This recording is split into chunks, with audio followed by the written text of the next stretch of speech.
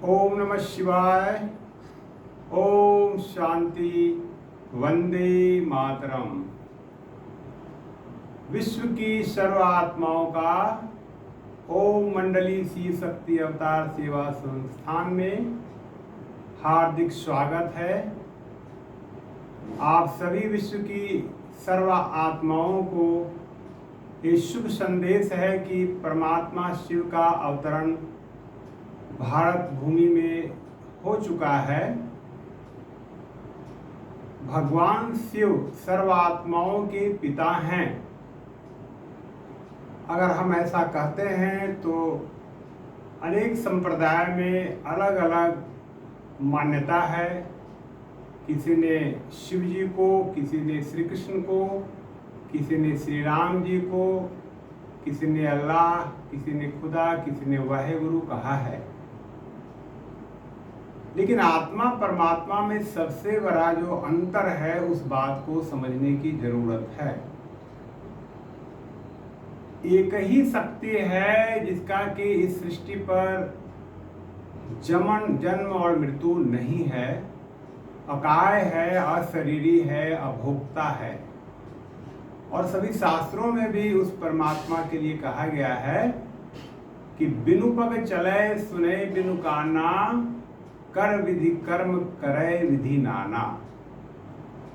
देखिए, जितने भी देहधारी या देवात्माएं, महान आत्माएं या कोई महामंडलेश्वर हों, सबको माँ के गर्भ से जन्म लेते हुए बताया गया है। लेकिन अगर आप शिव पुराण पढ़ें या किसी भी शास्त्र में जहाँ शिव जी का वर्णन है, उनको दिखाया गया है कि उनका जन्म और मृत्यु का कहीं वृत्तांत नहीं है, क्योंकि वो ब्रह्मा, विष्णु और शंकर त्रिदेव के भी रचयिता हैं और पूरे ब्रह्मांड के मालिक हैं, तीनों लोकों के मालिक हैं। उनके लिए शास्त्रों में वर्णन किया गया है सत्यम शिवम सुंदरम। ये जो इतनी बड़ी महिमा है वो किसी भी दूसरे देवताओं के लिए, किसी भी महान आत्मा के लिए या जितने भी परमात्मा के लिस्ट में जिनका भी नाम लेते हैं तो एक शिव का ही नाम आता है, सत्यम शिवम सुंदरम। यानी सत्यता में ही सुंदरता समाई हुई है। अब सत्य क्या है? सत्य की परिभाषा मनुष्य अपने ढंग से, शास्त्रों में अपने ढंग से दिया गया है। जो शिव है वही सत्य परिचय दे सकते हैं और उन्होंने कहा है कि हम सभी आत्माएं शरीर से न्यारी ज्योति स्वरूप एक शक्ति है, एक एनर्जी है, एक पावर है। यह शरीर पंच तत्वों का बना हुआ एक पुतला है जिसको चलाने वाली शक्ति आत्मा है।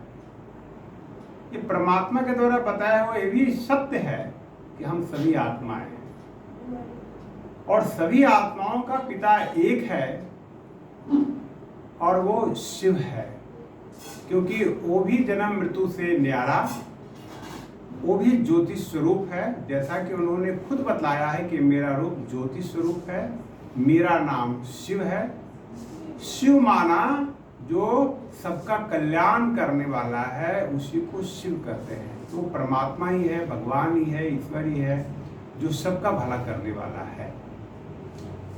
तो जो सत्य है वही सुंदर है। सुंदर का मतलब किसी शारीरिक रूप सौंदर्य की बात नहीं है, बल्कि आत्मा के गुणों शक्तियों की बात है। तो जो परमात्मा, जो शिव है, उसके अंदर सारे गुण और शक्तियां छुपी हुई है। उसका वो भंडार है, गुणों का भंडार, ज्ञान का भंडार, शक्तियों का भंडार। इसीलिए वो सबसे ज्यादा सुंदर है, परम पूज्य है, एवर प्योर है। अब उस परमात्मा शिव का अवतरण इस भारत भूमि में जिस तन में सबसे पहले हुआ, उस तन के द्वारा ही परमात्मा ने अपना ज्ञान इस संसार को दिया, जिसके द्वारा ज्ञान की उद्घोषणा हुई। प्रजापिता ब्रह्मा कुमारी ईश्वरीय विश्वविद्यालय, जिसका कि मुख्यालय माउंट आबू राजस्थान में है, 18 जनवरी 1969 तक,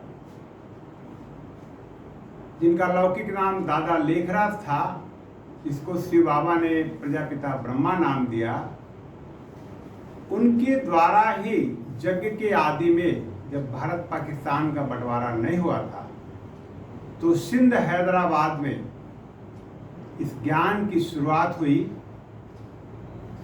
दादा लेखराज जी के मानवी तन, जिसको परमात्मा ने प्रजापिता ब्रह्मा कहा। और एक लंबी कहानी है कि सिंध हैदराबाद से जब ये संसार ट्रांसफर होकर कराची में गई, जहाँ की शुरू में नाम ओम मंडली था और बाद में इसका नाम ब्रह्मा कुमारी ईश्वरीय विश्वविद्यालय रखा गया, और बाद में फिर प्रजापिता ब्रह्मा कुमारी ईश्वरीय विश्वविद्यालय। दिसंबर 2017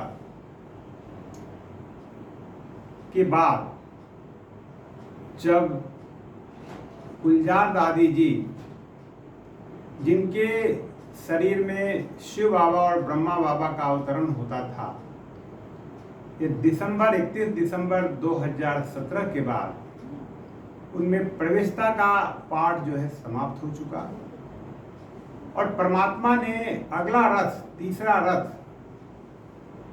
देवकी मैया के द्वारा अगला पाठ प्रारंभ किया, और फिर संस्था का नाम जो परमात्मा ने नया रथ लिया, उसका नाम ओम मंडली रखा गया। हमें कंफ्यूजन ना हो कि यह संस्था अलग अलग है, बल्कि अलग अलग स्थान पर जब परमात्मा का पाठ चेंज होता है, तो बहुत सारे लोग उस पाठ को स्वीकार न करने के कारण हमारे अंदर एक जो कंफ्यूजन पैदा हो जाती है कि परमात्मा ने अगला पाठ कहाँ चेंज कर दिया। तो जो इतने वर्ष से जो भी बाबा के बच्चे ईश्वरीय ज्ञान में चलने वाले हैं, उनकी परीक्षा का एक पेपर है कि वो परमात्मा के हर पाठ को पहचाने। किसी का कोई दोष नहीं है, अपनी अपनी परख शक्ति की बात है।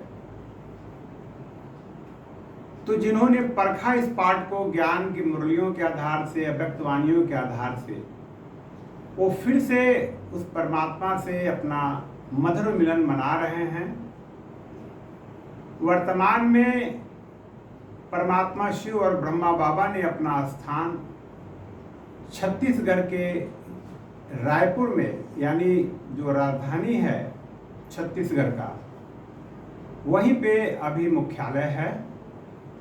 ओम मंडली शिव शक्ति अवतार सेवा संस्थान के नाम से जाना जाता है, जहाँ पे देवकी मैया जी के द्वारा परमात्मा शिव और ब्रह्मा बाबा दोनों अभी प्रैक्टिकल पाठ बजा रहे हैं। देवकी मैया कौन है? ये यज्ञ के आदि वाली मातेश्वरी जगदम्बा सरस्वती, उनका ये तीसरा जन्म है।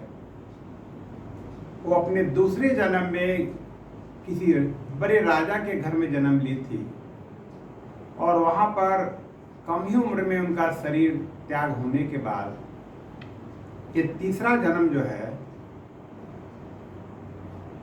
इस जन्म में परमात्मा शिव ने जो प्रवेश किया और कहा कि ये आदि वाली मातेश्वरी जगदम्बा सरस्वती है, और उन्होंने उनका अलौकिक नाम देवकी मैया रखा, क्योंकि भविष्य में ये श्री कृष्ण को योग बल से सृष्टि पर उतारने वाली आदि शक्ति है।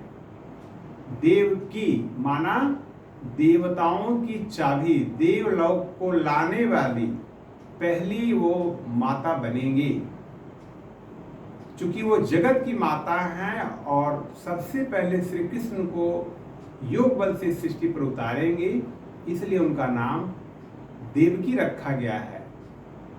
और ब्रह्मा जी ने इस बात को कहा कि यही मेरी भविष्य की माता है, इसलिए हमें कंफ्यूजन ना हो कि ये देवकी मैया कौन है। ये परमात्मा शिव के द्वारा उच्चारे हुए महावाक्यों के आधार से ये सारी बातें बताई जाती है। किसी भी चीज को जब तक हम न देखें न गहराई से अनुभव करें, तब तक किसी भी बात का, किसी भी दृश्य का, किसी भी घटना का हमें विश्लेषण नहीं करना चाहिए। और किसी को भी देखने के लिए हमारा दृष्टिकोण सकारात्मक हो, ज्ञान योग से भरपूर होकर के किसी बात का मनन चिंतन करें। इसलिए हमारा निवेदन है सभी ईश्वरीय भाई बहनों से, विश्व की सभी आत्माओं से, कि 2024 को हाल ही के वाणी में जो भगवान शिव की चली हुई वाणी है, 9 मई 2024 को, जिसमें शिव बाबा ने कहा है कि बच्चे, आप भारत के हर कोने में, हर राज्य में बाबा मिलन का कार्यक्रम आप रखो और इस वर्ष के अंत तक आप ये कार्यक्रम संपन्न करना है। ज़्यादा से ज़्यादा 1-2 मास दे सकते हैं। यह अथॉरिटी की वाणी, सर्वशक्तिमान पिता की वाणी है। ऐसा न हो कि हम चूक जाएं और परमात्मा अपना ज्ञान खजाना सब कुछ वर्षा दे करके परम धाम की तरफ सबको लेके चले जाएं। इसलिए एक बार आप सबों से निवेदन है कि इस ईश्वरीय मधुर मिलन में आप सभी सादर आमंत्रित हैं। विश्व की सभी आत्माएं इस दृश्य को देखें, अपने दिव्य नेत्रों से, अपने तीसरे नेत्र से परमात्मा की इस पाठ को पहचाने। क्योंकि गीता में भगवान ने अर्जुन को कहा है कि अर्जुन, मैं तुम्हें दिव्य दृष्टि देता हूं जिससे तू मेरे इस विराट स्वरूप को देख सकते हो। तो हमें अपने ज्ञान के आधार से दिव्य नेत्र को खोल करके परमात्मा की इस पाठ को पहचानने की जरूरत है। आप लोगों ने परमात्मा का संदेश सुना, इसके लिए बहुत बहुत धन्यवाद। सबका कल्याण हो। ओम नमः शिवाय।